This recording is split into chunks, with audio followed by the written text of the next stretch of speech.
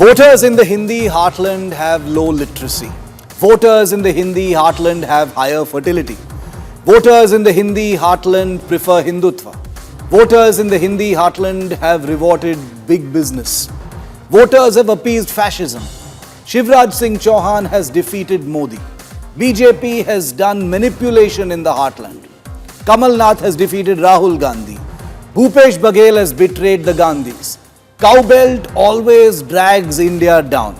Hindi heartland is full of communal bigots. For a majority of Indians, only religion matters.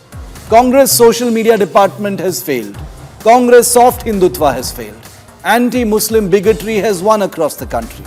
Hindutva trumps social and economic issues. Hindi heartland only votes on Gomutra and Gobar. Gautam Adani has won in Chhattisgarh. South India is more aware than North India. North-South divide has become sharper than ever. People go to South for jobs and then vote BJP to power in the North. People vote for BJP and then migrate to the South for better quality of living. Congress deliberately lost these elections because of the pattern seen in 2003 and 2018, where the party that won these three states went on to lose the general election 6 months later. Hindi belt is hopeless and should be abandoned. Abusing Sanatan Dharma had zero impact. Why would people in the Hindi belt care about what DMK leader has said? Electronic voting machines should be checked. Cannot put it past BJP to have manipulated them in the Hindi states, but not in Telangana. And finally, being defeated is no big deal because vote share figures have largely held firm. Viewer, these are just some of the excuses being made for the election results in Rajasthan, Chhattisgarh and Madhya Pradesh. An entire ecosystem of commentators and analysts throwing voters under the bus, labeling them as illiterate, gawars, mindless thugs who've got nothing better to do than to reject the anti-BJP forces. Low-level losers who don't have the gumption to be grateful that those looking to oust the BJP spent all their time simply abusing the Prime Minister rather than offering an alternate vision, a positive vision for the future. An electorate that within minutes of the result has been flung under the bus, discarded with contempt because of who they voted for.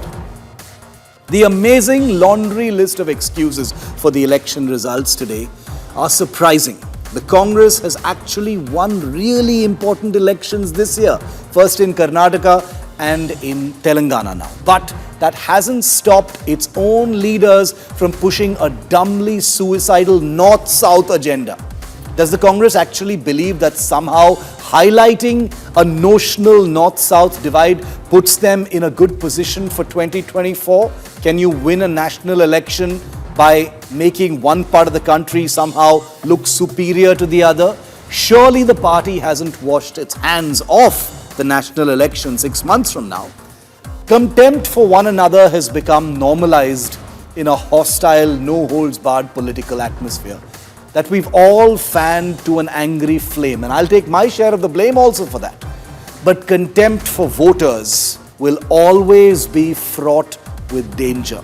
And that's what the anti-BJP forces are risking by normalizing this systematic, casual scorn being poured on the electorate, on voters, by suggesting that the North is inferior to the South or that the South is somehow more elevated because it has chosen the Congress, or that the North is somehow just the cow belt and these are clueless losers who don't know what's good for them.